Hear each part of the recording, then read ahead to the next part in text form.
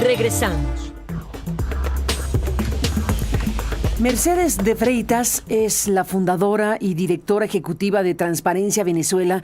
Es una figura muy relevante, muy respetada, es una figura muy importante a nivel internacional por su batalla, por su lucha, por su apuesta por la transparencia, por la democracia, por los derechos humanos, por Venezuela.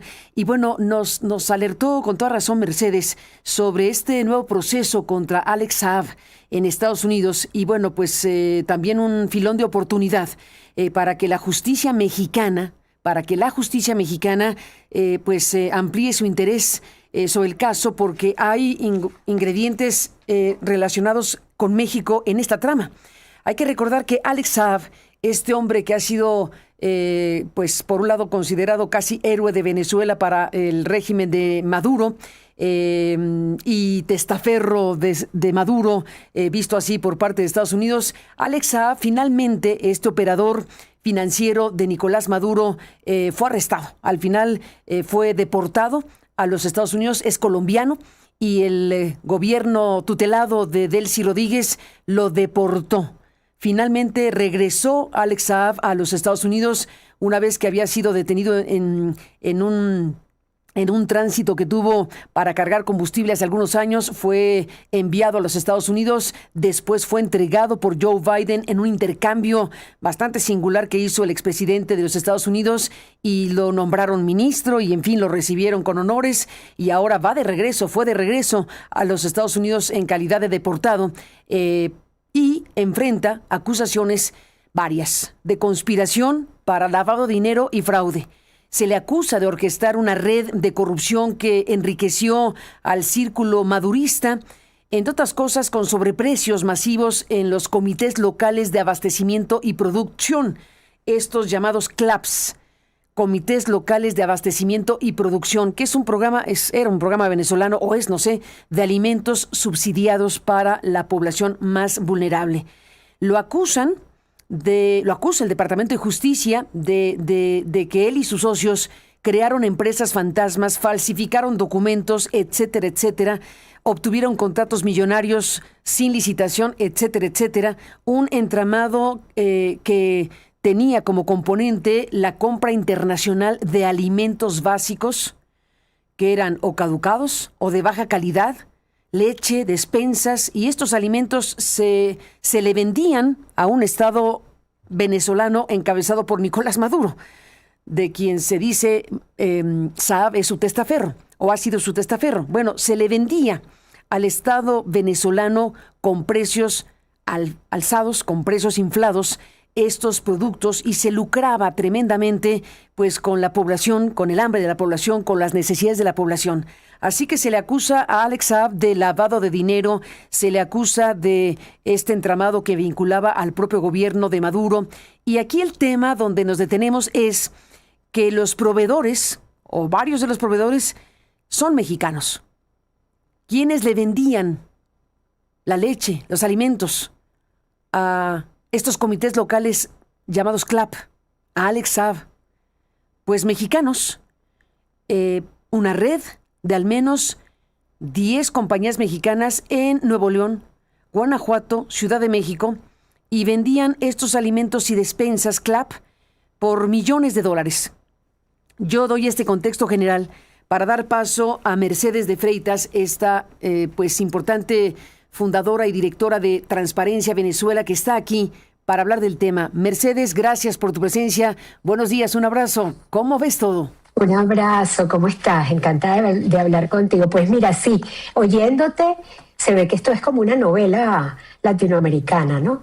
La verdad es que este personaje es un protagonista de parte de las denuncias de corrupción que hemos tenido en Venezuela desde hace muchos años, y que no solamente se quedó en el tema de los alimentos para las bolsas subsidiadas de alimentos CLAP, que sí todavía existen, aunque muy, muy minimizadas, sino que además él fue un protagonista importante en la venta de petróleo sancionado, en la evasión para la venta de petróleo y la cobranza de ese petróleo, que era lo más importante, porque bueno, vender se puede sacar, pero ¿cómo haces para recibir un dinero cuando Venezuela está bloqueada por el sistema financiero internacional, por todas las barbaridades que ha hecho, que hizo, bueno, durante tantos años?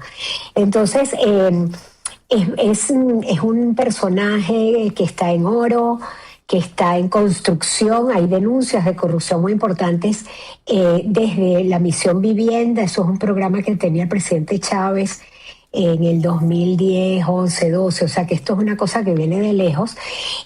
Construcción de casas que no se terminaron o que se terminaron de muy mala calidad, pero que dejó al país quebrado. Uno de los ministros de Chávez que renunció cuando nombraron a Maduro, Jorge Giordani, muy importante, era mano derecha de Chávez, emitió una carta que está en internet, la pueden ver todos, decía que Chávez quebró al país con la Misión Vivienda para ganar las elecciones del 2012, ya cuando estaba enfermo.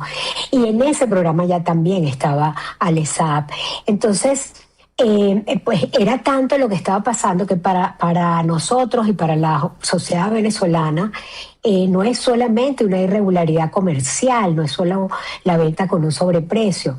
Estamos hablando de, por supuesto, una presunta red de gran corrupción transnacional con sobreprecios, opacidad empresarial, legitimación de capitales, distribución de alimentos de baja calidad, como decías, y por supuesto todo ello con un terrible drama e impacto social en Venezuela, porque en esos años, cuando se les necesitaban los alimentos, 2015, 16, 17, la población venezolana perdió en promedio 2 tallas.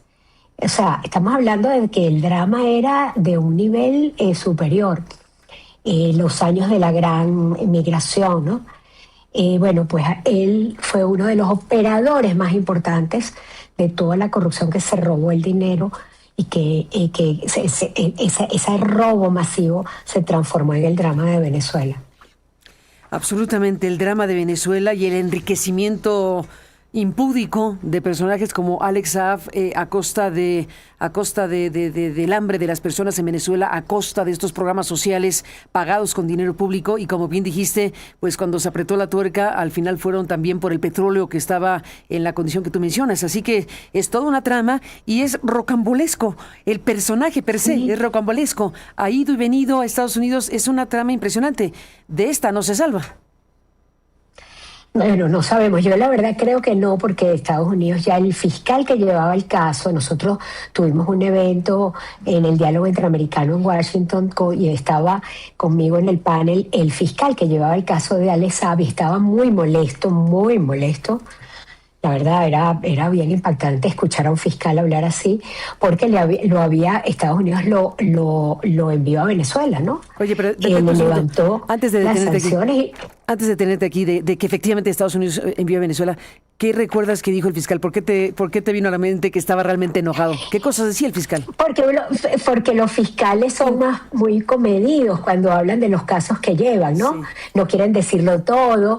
Y él decía, tenemos las pruebas, la evidencia de todo lo que ha hecho este delincuente. Además lo llamaba delincuente. Los fiscales siempre tienen un lenguaje mucho más cuidado. Entonces dicen supuesto, acusado o indiciado.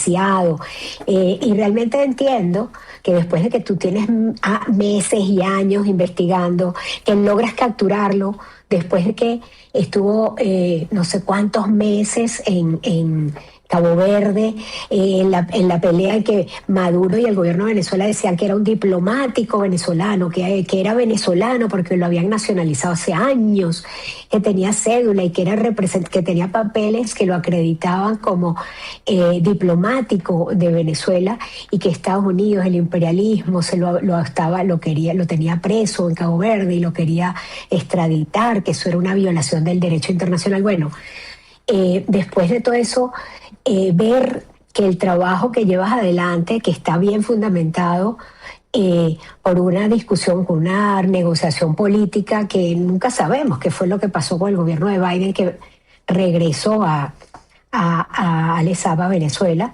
En Venezuela fue recibido con bombas y platillos. Como héroe. Como héroe, tal cual, lo llamaron héroe. Había grandes fotos de él, había grandes fotos de él, espectaculares, Saab libre, o sea, unas cosas impresionantes, sí. Uno iba por la autopista o por cualquier calle y había letreros inmensos en los ministerios, en la justicia, en la fiscalía. Había letreros, la campaña de Free Alex Saab recorrió el mundo. Y ahora entonces dicen que no era venezolano, lo deportan, en vez de deportarse, se deporta a una persona para su país, pero él no es gringo, o sea, él es colombiano, si acaso, ¿no? Entonces lo deportan, dicen que lo deportan, lo que hacen es hacer una extradición, porque además Estados Unidos lo estaba pidiendo, claramente lo estaba pidiendo, pero ni siquiera se molestaron en cuidar las mínimas normas y hacer una sentencia del Tribunal Supremo, que por supuesto de él sí controla ahora, para que se viera que había sido pues un acto más o menos legal. No hicieron nada, sino que a lo loco le dijeron que le quitaron la nacionalidad, dijeron que no era venezolano y lo mandaron a Estados Unidos. Pero bueno, en Venezuela la verdad es que no creo que haya mucha gente que vaya a defender a Alex Saab hoy.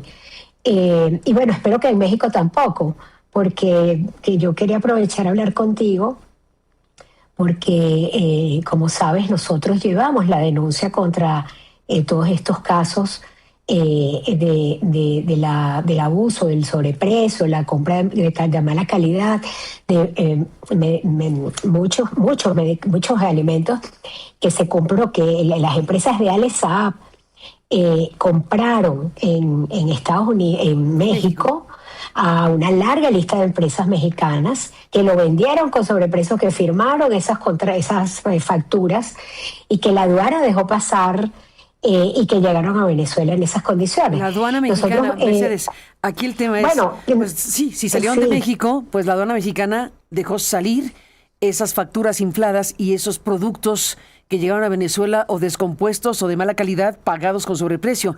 Ahí México tristemente está en la trama de manera central. Sí, y entendemos que el caso está abierto en México. Pero nosotros teníamos más de un año tratando de saber cuál era el estatus de esa denuncia, de ese caso, de esa investigación en la Fiscalía, y nunca lográbamos entender qué pasaba. Entonces preparamos una denuncia completa y la entregamos. Nosotros tenemos el soporte de haberla presentado a la fiscal jefa de combate a la corrupción en México, en Ciudad de México, en abril del 2024. La fiscal la recibió, además la recibió con cierto entusiasmo, porque como miembro de la OCDE, México se compromete a avanzar en algo que está muy atrasado en todas las fiscalías del mundo, y es que no hay muchos casos de corrupción transnacional. Los países tienen esa deuda con la OCDE y la fiscal vio que esta era una oportunidad de presentar y avanzar en un caso de corrupción transnacional. Sin embargo, a los meses, yo creo que, ahora no recuerdo bien, no lo tengo en la mano, pero yo creo que pasaron como 8 meses y nos respondieron que no podían procesar el caso, recibir el caso, investigarlo ellos, porque ya estaba abierta en la Fiscalía de Crimen Organizado. Nunca más supimos del caso y nosotros tenemos la esperanza de, ahora con la nueva realidad, de la relación de Estados Unidos con México y el interés de la justicia norteamericana en este inmenso caso de miles de millones de dólares, pues a lo mejor la justicia mexicana se pueda interesar nuevamente y empiece a investigar y a contarnos, a decirle, no a nosotros a lo mejor, pero a los mexicanos, qué pasa con ese caso, ¿no? Absolutamente de acuerdo. Debo subrayar Mercedes de Freitas, que periodistas han intervenido en la investigación sobre el caso, muy destacadamente una gran periodista que es Verónica Ayala. Verónica Ayala es una periodista de investigación de Mexicanos contra la Corrupción y la Impunidad, que han hecho investigaciones muy fuertes al respecto. Ellos publicaron en su momento algo que llamaron la otra trama oscura de las redes de Maduro en México, y hablando de la persecución contra Alex Saab, presunto operador financiero de Nicolás Maduro, pues llevó en el 2019 al desmantelamiento en México de esa red de tráfico de alimentos a sobreprecio y de mala calidad. Pero también dice Verónica en este reporte del 21 que casi de inmediato surgió otra red en la que participaron empresas fantasma, exfuncionarios chavistas acusados de corrupción e intermediarios que, bueno, pues han operado en paraísos fiscales, también ligados al régimen de Maduro. Y bueno, pues es una historia, una trama muy importante respecto al envío desde México de víveres a Venezuela, y esta red de empresas que envió alimentos de México a Venezuela y que surgió en los primeros 2 años del gobierno de Andrés Manuel López Obrador, pero se frenó, dice Verónica Ayala en este texto, se frenó abruptamente cuando Estados Unidos intervino para desmantelar este esquema de lavado de dinero que involucraba a empresarios mexicanos con Alex Saab. Así que esta investigación pues es muy importante porque habla de que entre 2019 y 2020, 8 empresas mexicanas de Nuevo León, Baja California, Zacatecas, Veracruz, Guanajuato y la zona metropolitana de la Ciudad de México utilizaron esa estructura de al menos 13 importadoras creadas en Hong Kong, Panamá, Uruguay e Islas Vírgenes británicas para enviar esos alimentos a Venezuela por un monto de decenas de millones de dólares. Según los registros del comercio exterior, es una explicación muy amplia de esa estructura de importación que en su momento sustituyó a la que había venido manejando operadores financieros del chavismo, pero bueno, cambiaron una estructura por otra y al final de cuentas siguieron enviando alimentos a sobrecosto, a sobreprecio, en las condiciones que ustedes han podido investigar. Así que desde luego en México tenemos que exigir que las autoridades desempolven o reactiven o conecten, que sería ideal, que conecten la investigación en colaboración, porque al final de cuentas ustedes han denunciado, ustedes tienen información, Estados Unidos está acusando, México tiene la suya, y si cruzan colaborativamente hablando las señales, pues el tema tiene que esclarecerse sí o sí.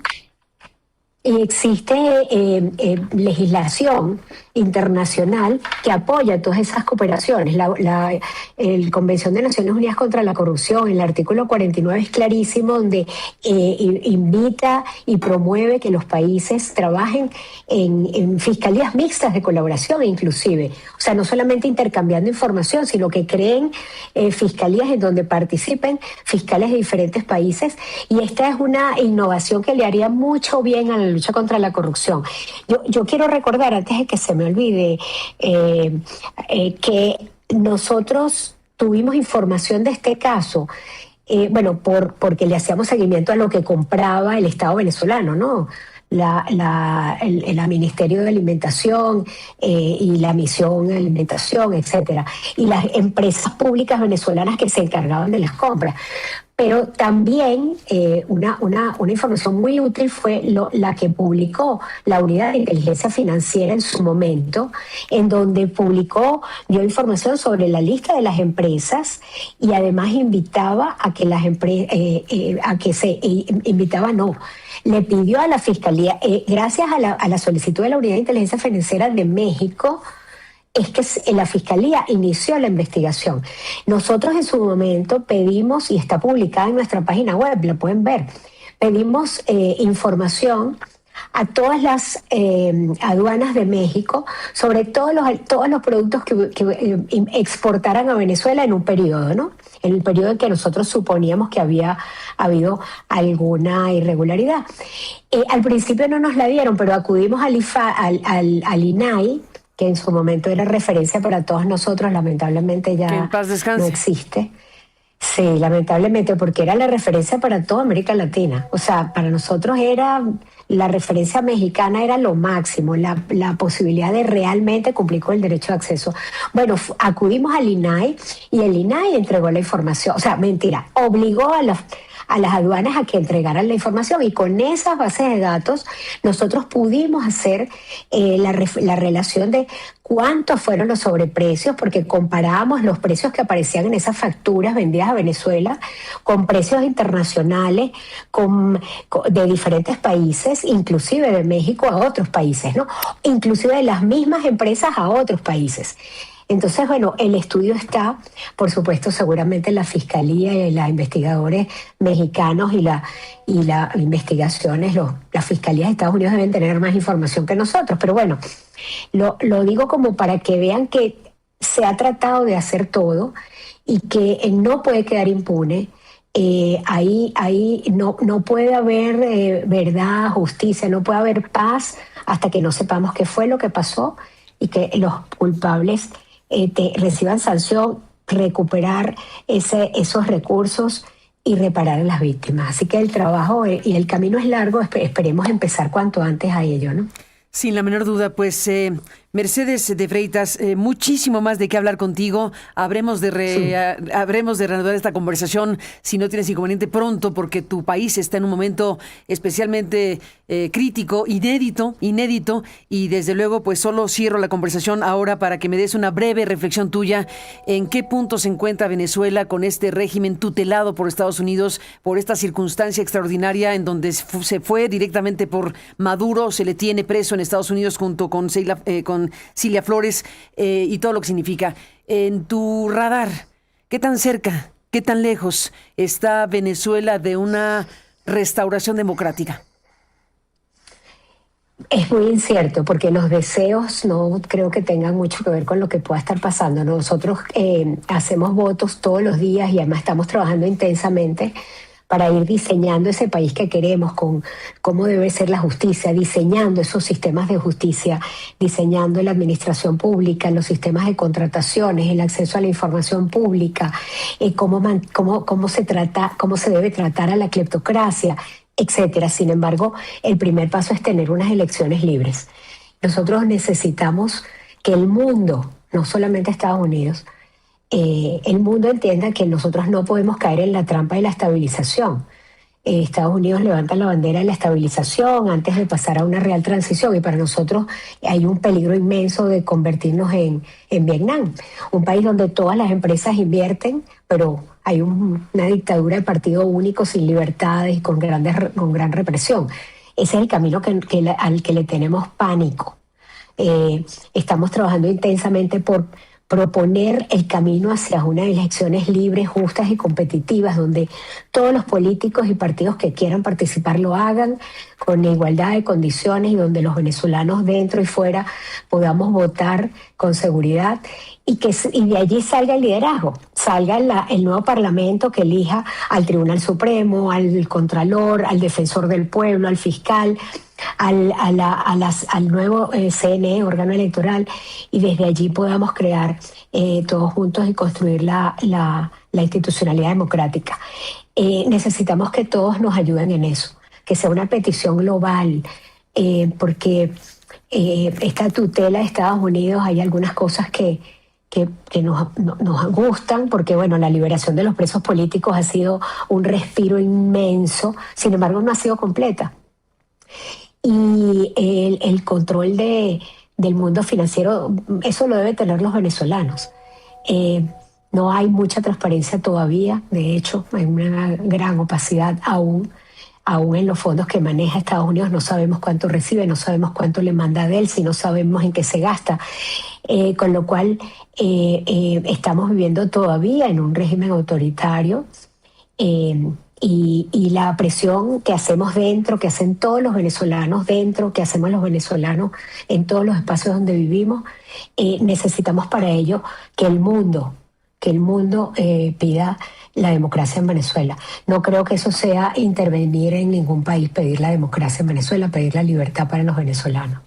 No puede ser más que una obligación del mundo con Venezuela. Estoy totalmente contigo, Mercedes. Te aprecio muchísimo esta conversación. Sigamos hablando. Es muy importante mantener la comunicación directa contigo como historiadora, como activista venezolana, como directora y fundadora de Transparencia Venezuela, y por todo lo que haces. Te mandamos un abrazo y seguiremos hablando. Buen día.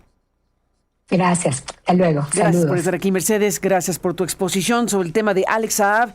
Estas acusaciones, ya está deportado en Estados Unidos, ya está acusado de todo lo que acabamos de decir. Y aquí en la trama de Alex Saab, Venezuela y los CLAP, estos programas de alimentos a la población venezolana que fueron suministrados por empresas mexicanas, por empresas y empresarios mexicanos que participaron de esta trama criminal, lamentablemente, que está siendo procesada en los Estados Unidos.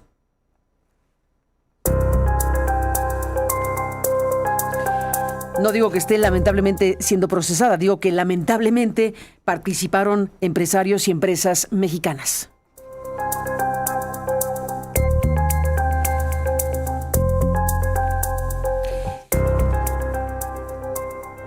Estaremos hablando esta mañana sobre varias cosas en México, por supuesto, el tema de los presuntos narcoalcaldes, el tema de las extorsiones, narcoalcaldes, lo que pasa en México, el asunto de Rochamoya y Sinaloa. Estamos hablando de muchos elementos importantes, pero también después de la pausa, déjeme detener en Raúl Castro Ruz, este hombre fuerte de Cuba, este hermano de la figura histórica de la Revolución Cubana, Fidel Castro, que ha sido imputado por Estados Unidos por asesinato y otras cosas. Le cuento. Buzón de voz.